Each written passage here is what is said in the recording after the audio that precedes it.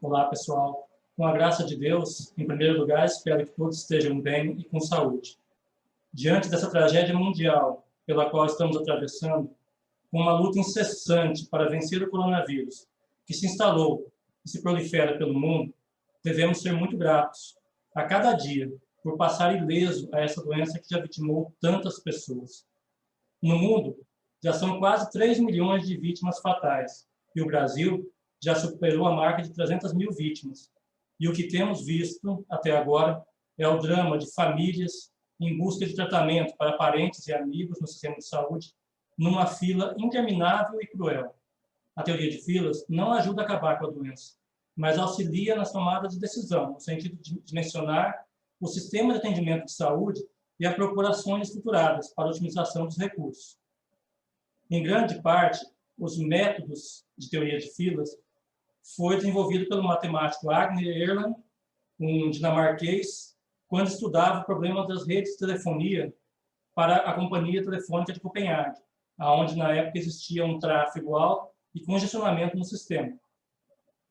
Mas, antes de entrar na teoria de filas, precisamos entender melhor do que se trata o índice RT, esse índice tão mencionado pela imprensa.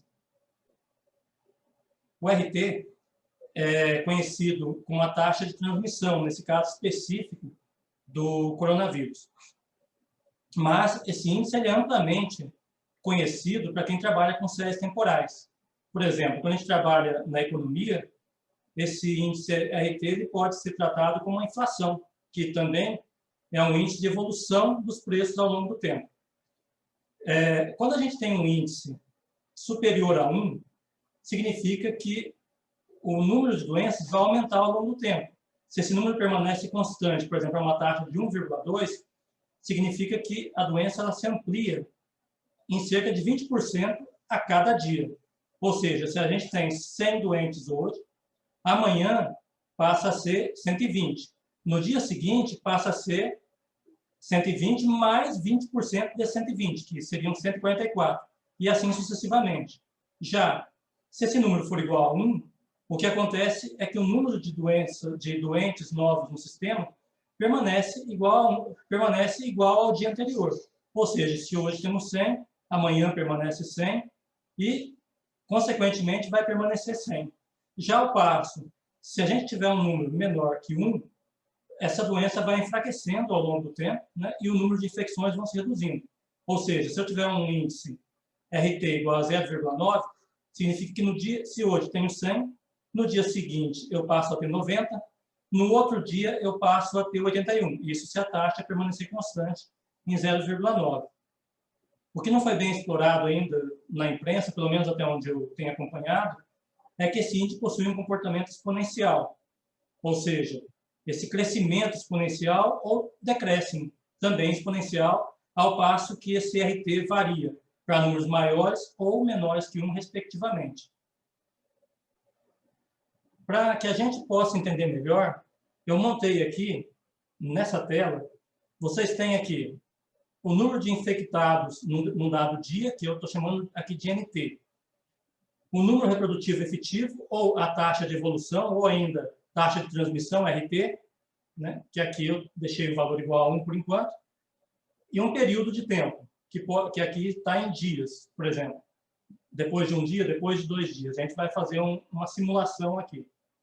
Aqui a gente tem o número de infectados depois do período estudado, desde que esse número reprodutivo efetivo permaneça constante. E aqui, visto que uma parcela, cerca de 1,8% dos infectados pela doença, exigem tratamento de terapia intensiva, aqui já está a taxa, né, a proporção de pessoas que vão demandar para o UTI diariamente. O Brasil, na semana passada, tem apresentado o índice de número de infectados de 82.786 infectados em média. Bom, o que a gente pode ver aqui, então, olha só, se eu coloco um número aqui de 1,2 no RT, esse número ele passa a ser um número não sustentável. Por quê? Olha só, um dia depois, a gente já teria aqui, né, uma quantidade de infectados. Se aqui estava em 82 mil, se o índice ele é de 1,20, amanhã a gente passa a ter 99.343 infectados por dia. No segundo dia, após o início da contagem, olha só, esse valor de novos infectados passa para 119 mil. Se eu passo uma semana com índices em torno de, com esse índice constante, 1,20, o número de infectados diários já passa para 296 mil. Ou seja, é exponencial o crescimento, e o que a gente vai verificar aqui é um crescimento insustentável. A demanda por UTI, nesse caso, não tem sistema algum que suporte. Bom, se meu índice é igual a 1, como eu já tinha falado para vocês aqui, não importa a quantidade de dias que eu tenho, olha só, 1 dia, 10 dias, 100 dias, e esse número de novos infectados ele permanece constante. Agora, se eu tenho um índice menor que 1, suponha aqui agora um número reprodutivo efetivo de 0,9. O que acontece é que, depois de um dia, é que esse número já cai, olha aqui, de 82 mil para 74 mil. Se esse número reprodutivo efetivo permanecer constante, após uma semana, o que a gente verifica é uma queda no número de novos infectados. Olha só, de 82 mil para 39.596. Olha só aqui, depois de 14 dias, o nosso indicador de infectados diário ele cai de 82 mil para 18 mil. E a taxa de demanda por UTI, como é uma parcela da população, ela vai caindo consequentemente juntamente com esses números aqui. Bom, o que está acontecendo nessa dinâmica? O que acontece por trás disso que a gente está vendo aqui? Olha só. Como que é calculado o RT? A taxa RT, de maneira simplificada, ela é igual ao número de infectados do período atual dividido pelo número de infectados do dia anterior. Bom, se eu quero saber, então, o número de infectados de hoje, olha o que acontece. Eu vou isolar a NT e transferir o NT-1 para o outro lado da equação. Então, a gente fica com NT igual a NT-1 vezes o RT. Agora, nessa consideração que a gente fez para esse exercício aqui, considerando que o número reprodutivo efetivo ele vai ficar constante, se eu pegar amanhã, e vamos chamar aqui amanhã de NT é hoje, mais 1. Então, ele fica igual ao NT, que é a quantidade de infectados hoje, vezes RT. Se eu quiser pegar 2 dias depois, então eu tenho aqui NT mais 2. E como que isso vai ficar? Olha só, eu tenho que NT mais 2, ele vai ser igual ao número de infectados de amanhã. Eu estou olhando aqui depois de amanhã. Então, eu já tenho o número de infectados no período anterior, que seria, no caso, amanhã. Eu estou olhando para o futuro agora. Então, eu tenho NT mais 1 vezes o RT, considerando ainda que ele permanece constante. Então, eu tenho que NT mais 2, ele é igual a NT mais 1 vezes RT. Só que a gente sabe agora que o NT mais 1 é igual a NT vezes RT. Então, eu posso transferir isso aqui, substituindo NT mais 1 pela igualdade dele aqui em cima. Então, o que eu tenho? Olha só, NT mais 2 fica igual, então, a NT vezes RT. Isso aqui é o NT mais 1, né? Vezes, então, o RT que está aparecendo aqui embaixo, vezes RT. Então, como que fica o NT mais 2? NT mais 2, em função do hoje, ele fica igual a NT vezes RT ao quadrado. Bom, e se eu quisesse expandir isso aqui para mais um dia? Olha só, NT mais 3, ele fica igual agora, então, o quê? NT mais 2 vezes o RT de novo, o RT permanecendo constante. Então, o que vai acontecer aqui? Bom, NT mais 3, eu tenho que NT mais 2 aqui, ó, é igual a NT vezes RT ao quadrado. Então, o que acontece? Eu posso colocar aqui que, substituindo esse NT mais 2, eu substituo por essa igualdade aqui. Então, vai ficar NT vezes RT ao quadrado, que é essa parcela de cima, vezes esse RT aqui de baixo. Então, vezes RT novamente. Então, o que a gente tem aqui? NT mais 3 é igual ao que, então? A hoje, né, ao número de infectados de hoje, vezes a taxa de evolução da doença elevado ao cubo. Bom, já deu para vocês perceberem aqui que se eu tenho um NT mais 3, eu tenho a solução NT vezes R3 ao cubo. Se eu tiver NT mais 4, eu vou ter aqui NT vezes RT a quarta.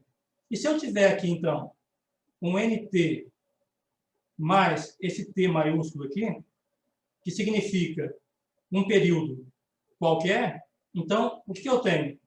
Generalizando a fórmula, eu posso simplesmente dizer que ele é igual a NT vezes o RT elevado a T. E é essa fórmula que está aqui dentro desse valor que vocês estão vendo aqui. Olha só, eu coloquei um arredondamento para que os números apareçam sempre inteiros, mas o que eu tenho, basicamente, olha lá, é o B4, NT, vezes C4, né, que eu tenho aqui, que é o número reprodutivo efetivo, né, que é o RT, elevado aqui ao D4, que é o período. É por isso que essa fórmula consegue prever, né, no caso de um número reprodutivo constante, ele consegue prever ao longo do tempo como que vai se comportar a doença. Nessa semana, a gente teve uma informação de que o índice RT do Brasil ele está em torno de 1,13. O que significa que esse número é insustentável. Olha só para vocês terem noção. Em 2 semanas, esse número de 82.736 infectados por dia, ele passa aqui, ó, em 2 semanas, para 458.200 infectados por dia. Se essa taxa permanecer constante nesse valor, então, ou seja, a demanda diária por UTI no país, ela salta. Hoje nós temos o que aqui? Vou colocar o valor 1 aqui. Hoje nós temos uma demanda diária de UTI de 1.514 pessoas e ela passa, né, num valor de 1,13 de número reprodutivo efetivo diário em 14 dias para 8.378. Se isso permanecer por 30 dias, olha só, o número de infectados diários já passa para 3.238.249 e a demanda por UTI 59.210. O Brasil já tem hoje em torno de, acho que são 13 milhões, 14, 17 milhões de infectados e ainda uma população de 220 milhões. Significa que se a gente fosse apostar na ideia de manter esse número reprodutivo alto aqui, com todo o comércio aberto, com todo o mercado aberto, esse número, mesmo que esse número permanecesse constante em 1,13, a gente teria aqui ainda um espaço, né, de pelo menos uns 2 a 3 meses, vamos colocar aqui, né, 60 dias, olha só, em 60 dias já passa a ter uma taxa de infecção diária de 166 milhões. Então, essa aposta de manter tudo aberto, né, e elevar esse número reprodutivo efetivo aqui, para que a gente alcance o que eles chamam de imunidade de rebanho, é uma aposta muito perigosa. Por quê? Ao passo que aqui a gente tem um número de infectados maior, a gente tem também uma demanda por UTI maior. E a gente já sabe também que a UTI ela é o que se pode ser feito, no caso da infecção, né, para dar dignidade aos pacientes, mas também é um paliativo, porque a gente já sabe que 60% aproximadamente das pessoas que têm ido para a UTI, elas estão morrendo, mesmo com o tratamento intensivo. Bom, e como que a teoria de fila ela pode nos ajudar? Agora que vocês já conhecem o que é número reprodutivo efetivo, assim, antes da gente partir para a teoria de filas, como que esse número aqui ele é adquirido? O que eu mostrei para vocês aqui é um modelo bem singelo de como essa coleta poderia ser feita, que é o período de hoje dividido pelo período anterior. Então, seria o período atual dividido pelo período anterior. Agora, como que é coletado esse período atual e o período anterior? Bom, se eu coletar isso diariamente, eu vou ter um número reprodutivo efetivo. Só que, como a gente já sabe, existe uma subnotificação que acontece nos finais de semana. E por que isso ocorre? Porque parcela dos serviços, né, de saúde, eles são suspensos, né? E o que acontece é que a área administrativa registra isso no começo da semana. Então, o que a gente percebe, que vocês perceberam aí, que existe uma sazonalidade nesse processo e que nos finais de semana sempre esse número é menor. Então, se a gente utilizar diariamente o número de contaminados, de infectados, dividido simplesmente pelo número do período anterior, se a gente considerar isso feito diariamente, a gente vai ter números reprodutivos efetivos baixos, né, aos finais de semana. Então, o que os pesquisadores têm feito? Eles fazem um tratamento. Normalmente, eles trabalham com médias tratadas, médias móveis, né, de forma que que eles consigam amortecer essa questão, né, dos números da subnotificação aos finais de semana. Então, como é feito? Normalmente, eles pegam lá 14 dias para trás e vão fazendo média móvel e vão dividindo da mesma forma o período atual dividido pelo período anterior. Só que aí ele é feito baseado nas médias móveis. Então, existe todo um processo científico, metodológico que os pesquisadores utilizam para calcular esse RT aqui. Para quem quiser aprofundar mais, existe bastante material disponível na internet aí. Tem alguns sites especializados que vêm acompanhando. A própria Organização Mundial da Saúde tem artigos lá que demonstram como que é feito o cálculo preciso desse RT. Bom, então agora vamos aqui para a dinâmica das filas. Olha só. A dinâmica das filas, como que eu fiz aqui? Como é que está disponibilizado esses dados? Bom, aqui é aquela fórmula que eu falei para vocês, que o RT é calculado pelo número de infectados do período atual, dividido pelo número de infectados do período anterior. Aqui, essa população, lembrando a vocês que esses dados aqui são dados, basicamente, são dados reais, né? Só que, para evitar qualquer exposição de alguma cidade ou algum serviço de saúde, a gente vai tratar isso aqui como dados hipotéticos. Mas para que vocês entendam a dinâmica de como eu consegui explorar esses resultados aqui, como foi feito? Foi escolhida uma cidade, essa cidade aqui, 400 mil habitantes, eu arredondei, né, mas a população da cidade é muito próxima disso. As datas aqui são datas reais, né, e o estudo começa no dia 12/2, um dia antes do início da semana do carnaval, do final de semana e dos dias de carnaval. Aí depois ele vem, hoje, eu estou gravando isso para vocês hoje, aqui no dia 26, sexta-feira.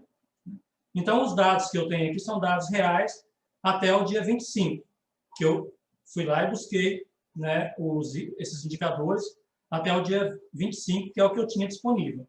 E aqui eu fiz uma projeção média, mantendo esses índices próximos dos índices que se estabilizaram nos dias anteriores que eu tinha real.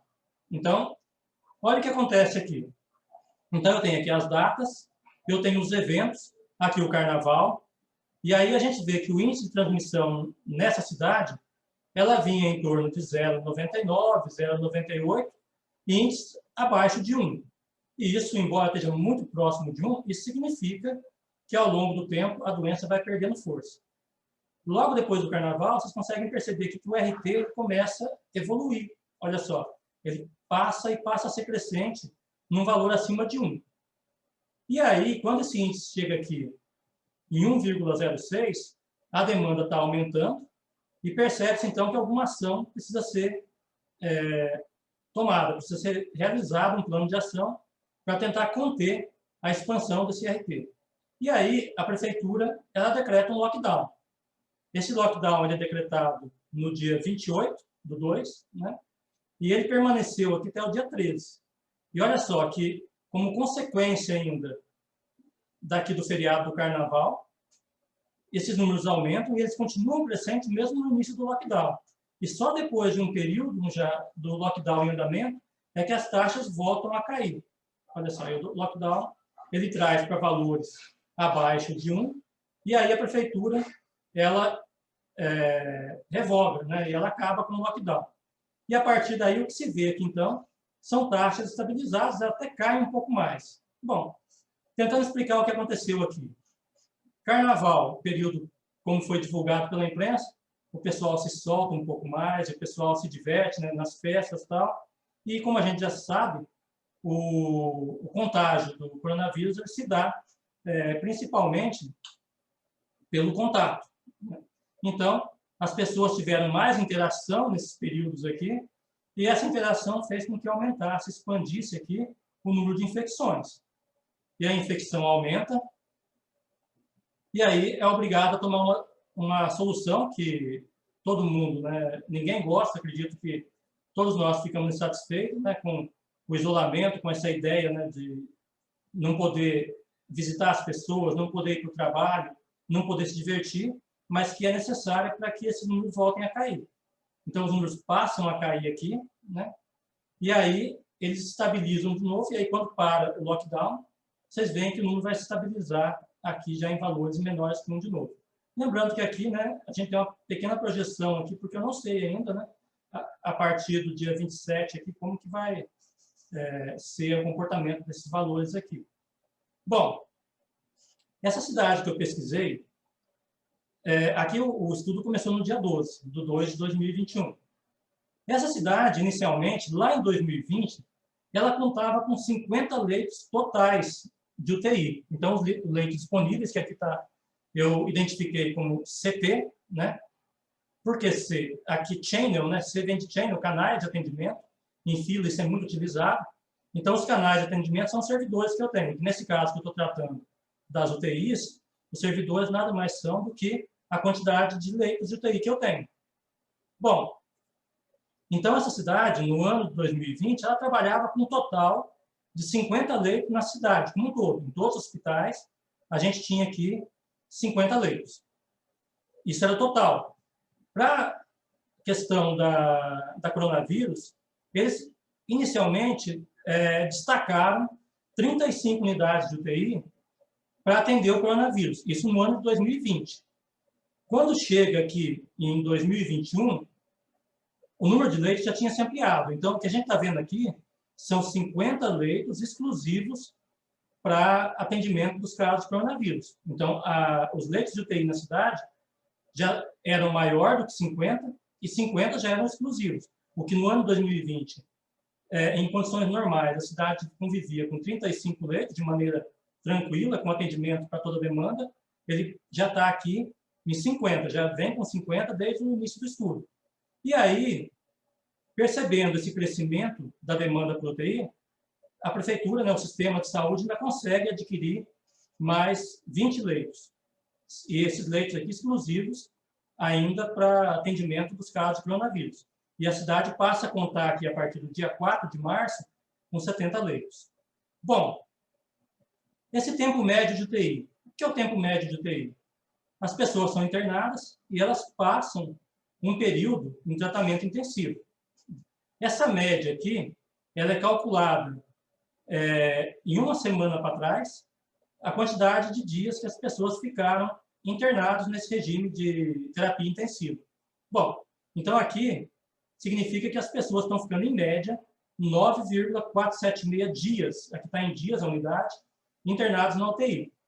Bom, aqui em 13/2, a gente já tem, em média, 9,51 dias, 9,515. E aí, 9,490, e vocês podem ver que esse número, ele continua, de certa forma, estável, né? Ele está bem, com algumas variabilidades, mas ele permanece bastante constante aqui. E dá para se entender que nesse período aqui, do dia 12 até o dia 31 de março, que também tem uma projeção aqui, a gente está mantendo aqui, né, um valor de 9,5 dias em média de UTI. Bom, não significa que todas as pessoas vão ficar esse período. Nós temos pessoas que estão ficando em torno de 20 dias, né, internados na UTI, mas tem pessoas que ficam menos tempo. Então, aqui é uma média. Bom, essa taxa de internação, O que a gente tem é que, da quantidade de pessoas que são infectadas pelo vírus, uma parcela dela depende de internação. E essa taxa tem ficado próximo aqui dos 12%. Então, ou seja, se eu tenho hoje 1.000 infectados, em torno de 12% vão precisar de algum tipo de internação, de algum tipo de tratamento, né, com acompanhamento médico, né, não ainda aqui na UTI, mas pelo menos uma internação. As pessoas têm que ter um atendimento médico mais intensivo, mas ainda não estamos falando da UTI. Aqui está chamado de ΔT, essa taxa de internação. E aqui a taxa de UTI, ela implica no seguinte, que da quantidade de pessoas que são internadas, né, cerca de 15% evolui para um caso mais grave da doença, e essas pessoas necessitam de internação com tratamento de terapia intensiva. E aqui sim, vai surgir desse percentual, na verdade, eu tenho o número de infectados, 11% dos números de infectados aqui, 11 a 12%, vão precisar ser internados, e desses 11% que foram internados, 15% vão precisar aqui de atendimento de terapia intensiva. Bom, aqui, esse ômega T, o que ele significa? É a taxa de infectados. E o que vem a ser a taxa de infectados? Bom, aqui é o número de pessoas que foram infectados no dia onde começou o estudo. Aqui, então, tinha 118 infectados, né? E aí, o que acontece? Eu tenho uma taxa aqui de 0,0295% da população da cidade que foi infectado naquele dia. Olha só, aparentemente os números são bastante baixos, né? Vocês estão vendo aqui, ó, que as pessoas têm uma taxa de infecção aqui, né? A taxa de infectados, em torno de 3%, e aqui, quando se agrava aqui, ó, no máximo de 0,06%, 0,08% da população que está sendo infectada. Então, aparentemente, isso aqui seria um número baixo, visto que eu estou falando de 0,08% das pessoas aqui que vão contrair a doença, e que dessas pessoas que contraem a doença, 11% vão precisar de internação, e que desses 11%, só aqui 15% é que vão necessitar de terapia intensiva. Mas não se iludam. Não se iludam, porque a gente vai demonstrar para vocês como é que isso funciona. Então, aqui, o que é esse número de infectados? O número de infectados aqui, se vocês olharem para a fórmula aqui em cima, nada mais é do que a população vezes a taxa de infectados naquele determinado dia, naquele dado dia. Então, olha só, eu tenho aqui, né, 118 infectados nesse dia, aí 118, aí 117, 117, porque aqui a taxa ainda estava decrescente, né, olha só, mesmo com 0,99 aqui, ela vinha caindo. Até quando ela começa a expandir aqui logo depois do carnaval, e essa expansão, vocês percebem que ela volta a crescer aqui, ó, o número de infectados diário. Bom, esse NT, N minúsculo, né, T, ele é o número de internações, que nada mais é aqui do que, olha só, a população vezes o percentual de infectados, e aqui eu vou ter o NT, né, 118, multiplicado por 11,92%, e aí eu chego ao número de infectados. Então, se eu pegar 118, que é o número de infectados do dia, aqui, e multiplicar por essa taxa de internação, que é de 11,92%, eu tenho a demanda por internações aqui diária. E aqui eu tenho a demanda por UTI. A demanda por UTI está aqui considerada como lambda T, né? Ela é o quê? Ela é esse N minúsculo T, né, que é o número de internações, multiplicado pela taxa de pessoas que vão precisar da UTI. Então, se vocês olharem a fórmula aqui, olha só, eu tenho aqui, né, a população, porque aqui eu fiz uma fórmula usando direta, né? Então eu tenho aqui a população vezes a taxa de internação, vezes a taxa de UTI, vezes a taxa de infectados. E aí eu tenho exatamente a demanda por UTI. Ou seja, aqui a gente tem, em média, 2,11, né, ou 2,119 pessoas entrando na UTI por dia. Mas, e aí, Carlos? É possível 2,11 pessoas? Gente, aqui a gente está falando de média, né? Então, em média, 2,11 pessoas. É lógico que aqui só admite números inteiros. Mas significa que pode ser que tenha dias que não chegue nenhuma pessoa, pode ter dias que cheguem 2 pessoas, e podem ter dias que cheguem até 4 pessoas, devido à característica estocástica, né, da taxa de chegada. Essa demanda de UTI, em teoria de filas, é conhecida como taxa de chegada também. Aqui eu dei o nome de demanda de UTI, né, que é a taxa de chegada de pessoas na UTI. A taxa de saída, o que vem a ser essa taxa de saída? A taxa de saída é a quantidade de pessoas que vão estar liberando os leitos de UTI por dia. E como que é feita essa conta? Bom, se uma pessoa leva em torno de 9 dias e meio para liberar uma UTI, o que a gente tem aqui, então, é que por dia, 0,1055 pessoas são liberadas da UTI. De novo aqui, é uma média. Então, quer dizer que se eu tenho 100 UTIs, né, em torno de 10,55% das pessoas vão liberar leitos. Então, eu vou ter leitos disponíveis em torno de 10,55% por dia. Bom, então, aqui eu tenho um índice também. Aqui eu usei a letra BT para identificar o limite de estacionariedade. Normalmente, em teoria de filas, vocês vão encontrar na literatura que esse índice aqui é um índice chamado RT. Mas como o RT, no caso da coronavírus, ele está aqui, ele exemplifica aqui, ó, o número a taxa de transmissão, né, ou número reprodutivo efetivo. Então, para não confundir esse RT aqui, e aqui na filas a gente usa também RT, eu só troquei aqui por BT, né, para não ter duplicidade aqui de nomes de variáveis. Mas o que vem a ser esse limite de estacionalidade?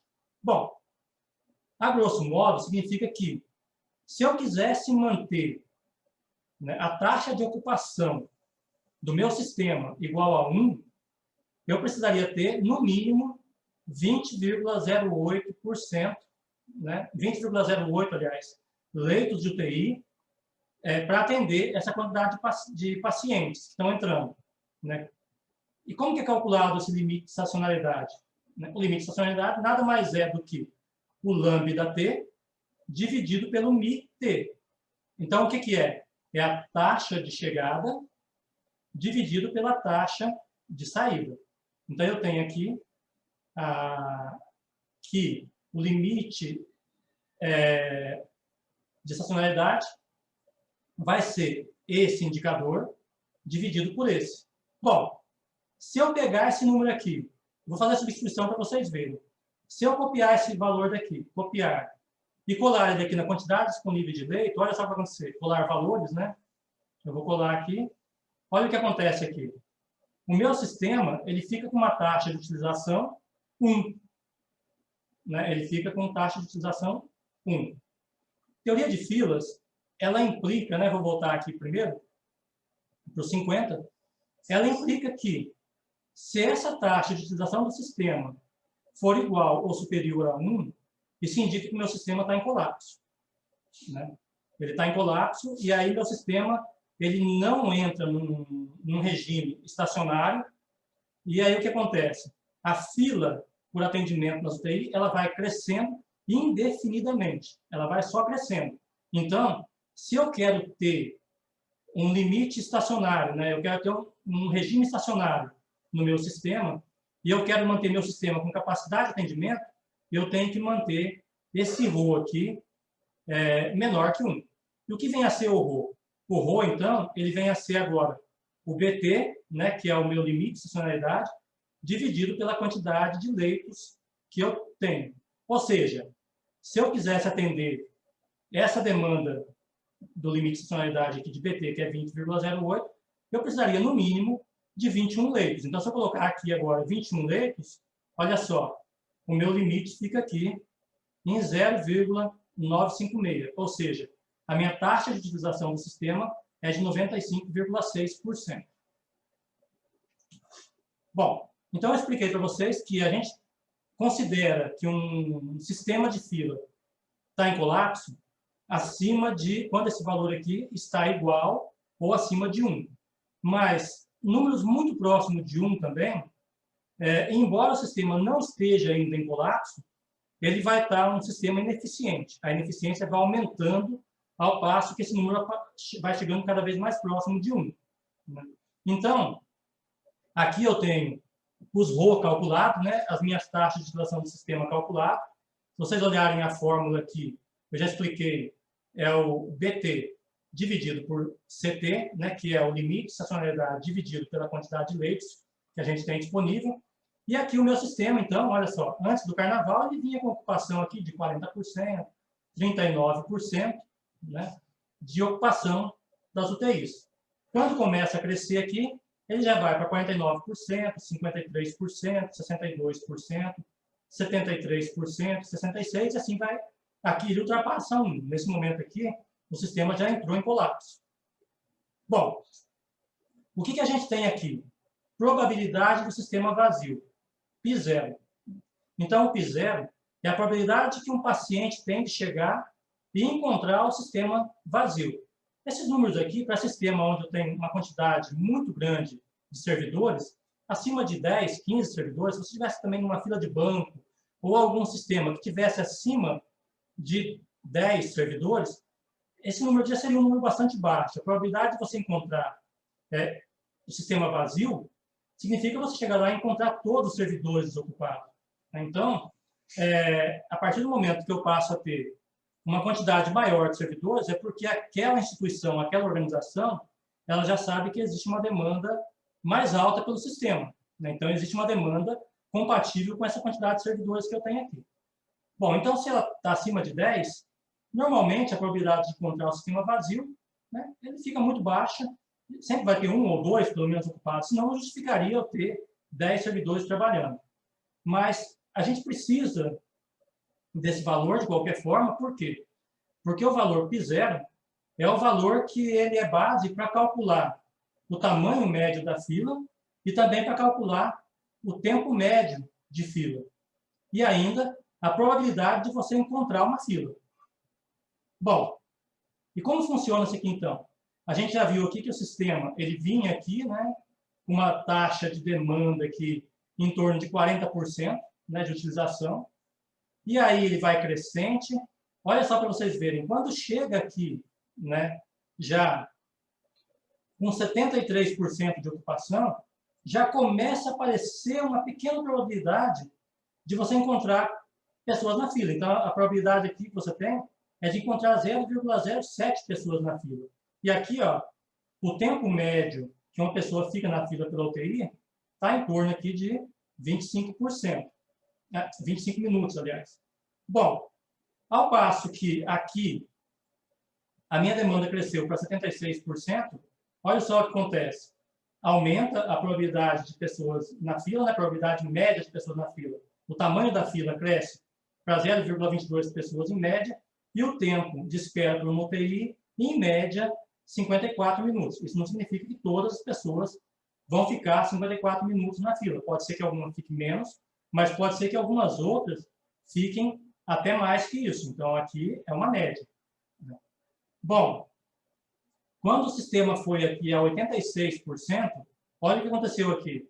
Em média, 3,96 pessoas na fila por uma UTI e, em média, 14 horas de espera.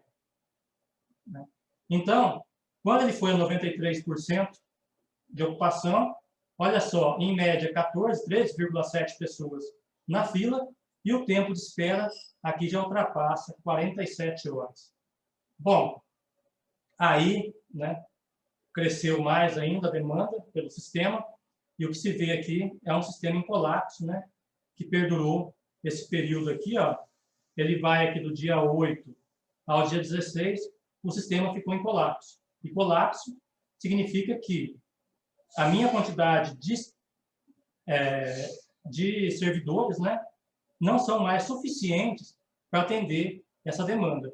O que vocês podem ver também, que olha só, que eu acho que eu já falei lá atrás, mas repetindo aqui, olha só que a partir do dia 4 de março, já não tinha mais 50 servidores, já foram 70, ampliaram mais 20 leitos de UTI para atendimento exclusivo da coronavírus. E ainda assim, o sistema ele permanece aqui crescente, ainda assim ele entra em colapso.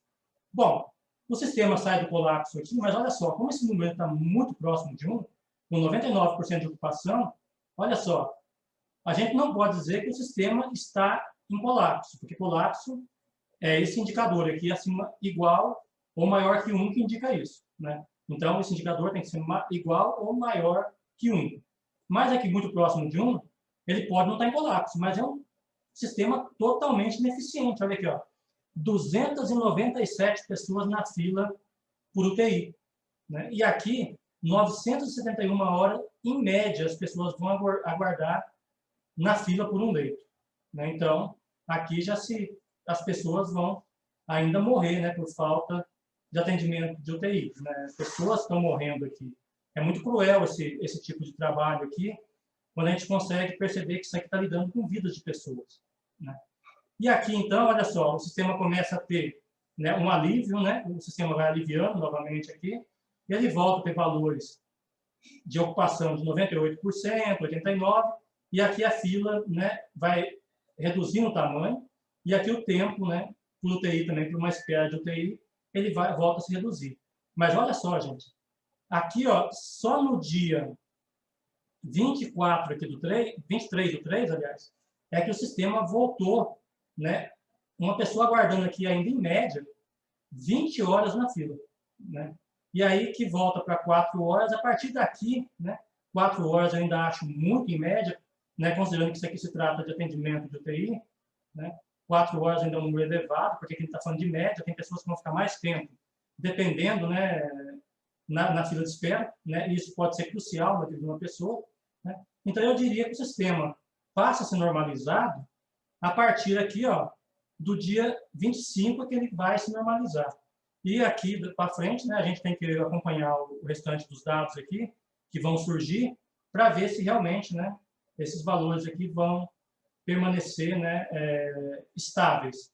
O que eu posso garantir para vocês é que esse estudo aqui, ele não é, por exemplo, índice de transmissão, ele não é o da cidade, porque eu não consigo encontrar no site especializado um RT para essa cidade específica. Então, aqui eu usei do estado no qual a cidade está inserida, né? Então, aqui, o índice de transmissão, RT, ele foi coletado do estado como um todo, né?